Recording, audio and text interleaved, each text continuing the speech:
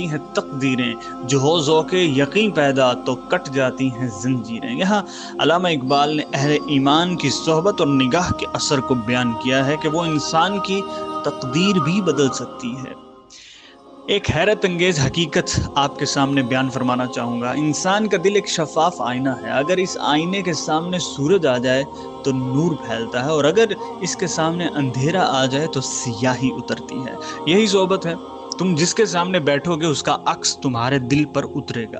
کیا تم نے کبھی سوچا ہے کہ ایک قطرہ پانی اگر گلاب کی پتی پر گرے تو خوشبو بن جاتا ہے، اور اگر وہی قطرہ کسی بدبودار جگہ پر گرے تو گندگی میں شامل ہو جاتا ہے۔ یہاں سے ہمیں معلوم ہوتا ہے کہ قطرہ تو وہی ہے، لیکن اس کی نسبت بدلنے کی وجہ سے اس کی اصل بھی بدل جاتی ہے۔ ایسا ہی انسان ہے، اگر دل اولیاء اللہ کی محفل میں بیٹھے گا تو ذکر الہی کی خوشبو میں مہک اٹھے گا، اگر نفس پرستوں کی محفل میں بیٹھے گا تو نفسانی خواہشات